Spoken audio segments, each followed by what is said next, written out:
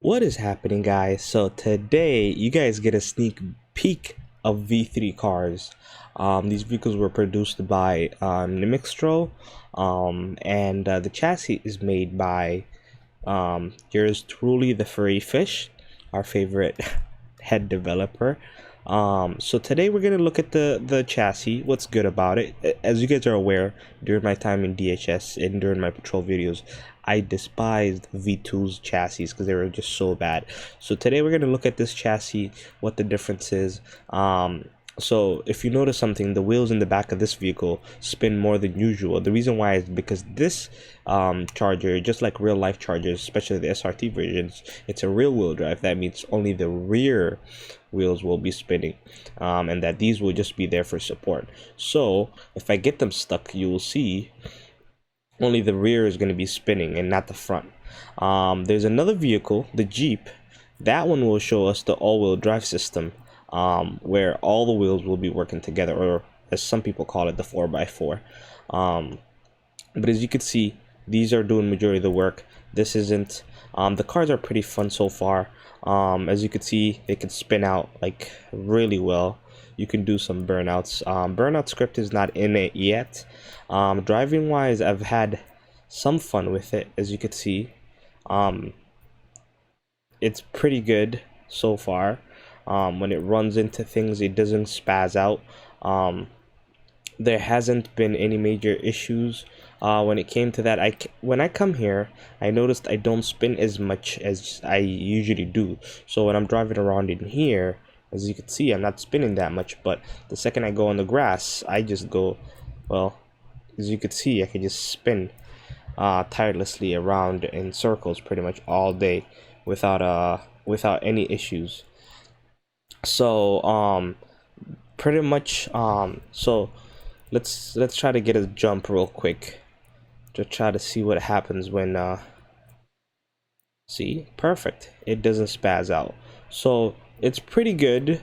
High speed jump over is pretty good. Going over stuff, let's see if I can get it stuck. So this is the different obstacle courses. As you can see, I'll just pretty much go over them in slowly, but as you can see, let's go backwards. You can see these are doing majority of the work. The lights are similar to real life's lights. Oh, look at the errors here. These are the 4x4s, as you could see. As you can see, the 4x4s, you can see how they work pretty much. I would not survive here. I'm gonna get stuck. Crap, see, I'm gonna get stuck in that place. But look at the 4x4. This is the Jeep Wrangler. Exactly, yeah, exactly, that's what I'm saying. But look at it, it's literally going without ease. Speed wise, if you go from 0 to 100, you could say, oh, did he get stuck? Oh, he lost connection and he got stuck. Okay, wonderful. So as you can see, there's a timer on these right now. But you can see my back wheels are spinning more than usual, but the fronts are still. If I switch to the Jeep, all wheels will be spinning. But we're gonna do a quick test. We're gonna try to see. So this right here is gonna show us our slippage, our front wheel, the speed the front wheel is going on, the speed the back wheels are going on, the left, the right. This is kind of giving us the like exactly what we need to know. So and the turning radius and stuff like that. So if I turn left, it shows left. If I turn right, it shows right, and that's about it. And if I'm upside down or anything like that. So right now, what we're gonna test is specifically on the charger. We're gonna keep an eye on the speed first, and we're gonna see what basically the top speed of this vehicle is. So with that, let's get started. So automatically, as you can see, 200 studs is the speed limit of this vehicle. Oh, I thought I was gonna fall off the map. Wait, can I fall off the map? Let's find out. Since it's a real wheel drive, I'm gonna test it with the front wheels. Oh my god, you can! Oh snap. I didn't know that. Oh, that was so dumb of me. Well, at least you guys seen that test. Hey, thank God my car is still waiting for me. And it's the same color too, or is it similar? I don't know. The light's pretty nice, as you could see. The daytime running lights, of course, and the regular headlights. It's not something I can control. Of course, the race tail. That's Chargers are notorious for. Though it's not as realistic as the real life one. But so as you can see, this goes up to 200 studs, or well, just for the sake of real life, we're gonna say 200 miles per hour.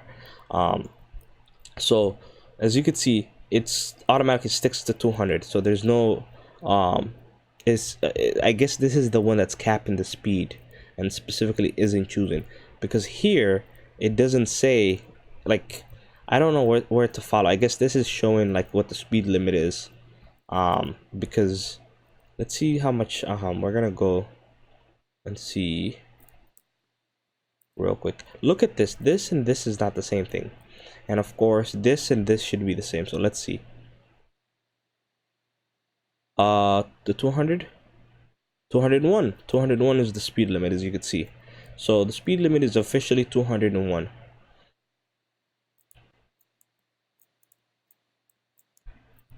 Oh, I just ran over something.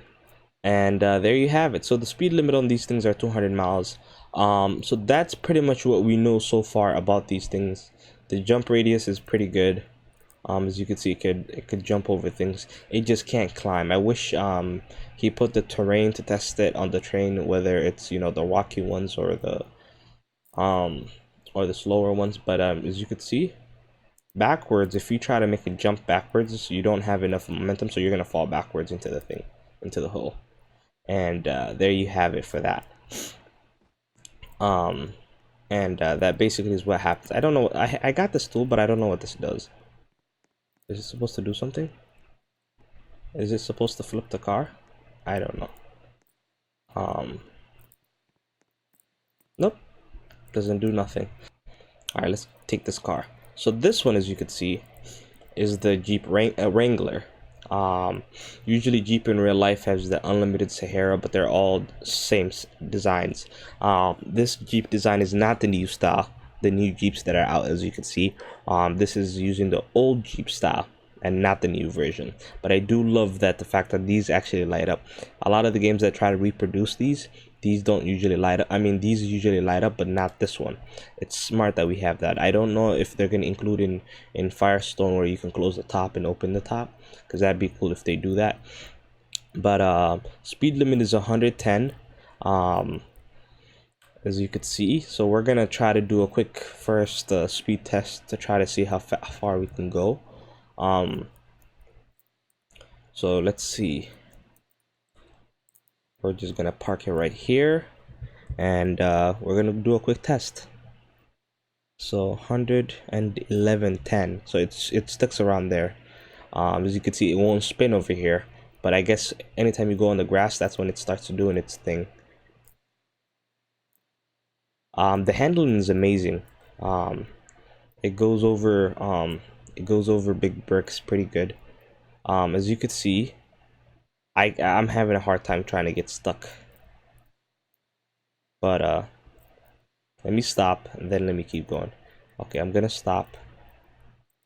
There you go. So as you could see, the last one, you saw how only the front, I mean the back was spinning. This one, all of them are spinning. And if you notice, they start looking for, they act like just like a real life one.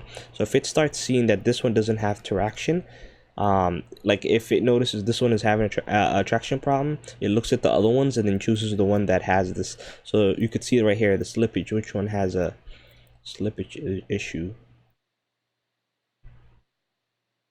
Let me see if I can get it stuck. I'm trying to get it stuck. Even so, it's weird that this is pretty much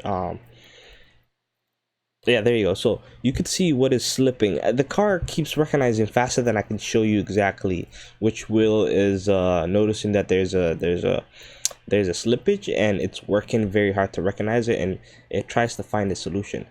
but it's usually really good at understanding. It's a very intelligent 4x4 or all-wheel drive system. I would call it more of a all-wheel drive system, because in real life 4x4 is the ones where you manually control it and you can put it in the 4 low, 4 high, and so on. So I would consider this more of an all-wheel drive rather than because all-wheel drive are usually automatic and not manual, where you can basically make it a 4 low or a 4 high. So I'm trying to purposely get this stuck. Oh, there you go. The system is so intelligent that it keeps finding out there's a slippage and getting out of it,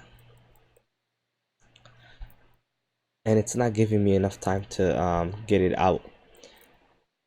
Okay, so you see that? Look at this. Now I can show you right here. So look at this. Okay, it knows it's spinning, so it turns the other one on, and so on. And this time it's looking for traction. So, but you can see all the wheels are doing the work, and not just the back wheels like the last one. As you can see, all of them are trying to find a traction, and that's how it works usually. That's pretty much how it does things. This pauses. That's the vehicle trying to understand which wheel is the one that it should utilize. But as you can know, if you notice something, the the ones that pause is pretty much the ones that are trying to look for slippage. That's done so that you don't have a constant wheel spin. In real life, if you want the wheels to keep spinning without them stopping, you turn off something called traction control. But you can do regular jumps the same way as you can with the other one. You can do side jumps. You can do, I mean, just about anything. This car is invincible when it comes to it. The all-wheel drive on it is just amazing. Look at that. Just, it's so good. I'm trying very hard to get stuck. You could see, okay, so this one is getting stuck. All of them are getting stuck, as you can see. So this one it knows it doesn't have traction here. It knows it has traction here. So it's trying to use those two wheels, but these two wheels are deactivated.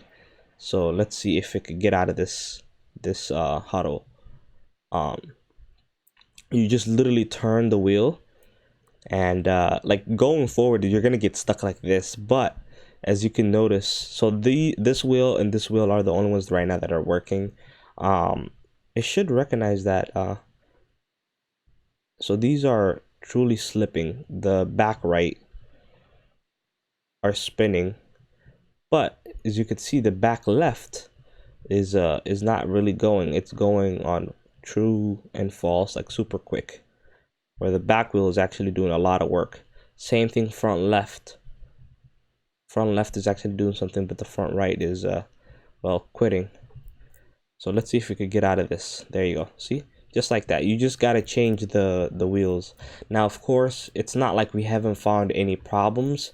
We did find a couple of glitches when we were testing this. I'm pretty sure this is something that Furry is working on trying to solve.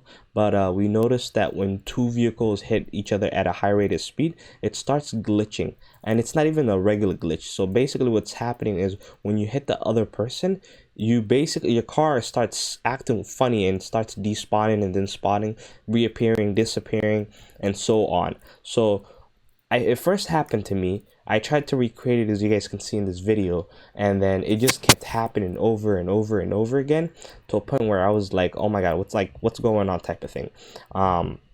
So it basically happened when I was testing with another person. What we did to recreate this thingy, because first it happened to me on its own pretty much. What happened was it was simple. We would hit I flipped, and then the car would start disappearing, and then it would reappear, and then it would disappear, and it would reappear, and it was so weird. I couldn't explain it. As you can see right here, it was doing that on its own, and I couldn't understand why. The car was literally appearing, disappearing on its own when I tried to recreate it. I was looking for bugs, issues with the car, and I actually found it. So when I saw that and I noticed that this was like a big issue, I was like, oh my god, we got to recreate this. Because I was with Pixel that time. So I was like, I got to recreate this, figure out what is causing it. So I called up Pixel, and we basically said we're going to redo this glitch to try to understand it. So how we recreated that glitch was simple. We pretty much went in front of each other, and we pretty much hit each other. So when you hit somebody at a high rate of speed, the thing starts creating that same thing. So like when you hit somebody head on, look at that. So I hit that vehicle, and it pretty much glitches you. This is something we recreated. I think this is something he's looking into, but that's a glitch that we did find. When you hit the car vehicle head on, you basically start seeing the car spaz out and act weird, and that's pretty much what just happened. And that's the only issue that I found with the vehicle. Other than that, the vehicle chassis is amazing. I hope that issue gets figured out, because it's literally, as you guys are aware of V2 right now, it's like a bumper car. People bump into each other. With the new V3 cars, if people bump into each other, that glitch happens, and well, that's not good. It basically means anytime you hit somebody with your car, they can get flung, or they can also get like they start getting glitched easily, and that's a problem that we already have in V2 and we don't want in V3. Stay tuned. I plan to do a video with the Jeep in V3, like the actual map, so you guys could see that vehicle, because it's basically inserted there. So I want to show you guys, you know, if the Jeep is really capable of going off-road. I hope you guys enjoyed this video. With that, I'm out. Deuces.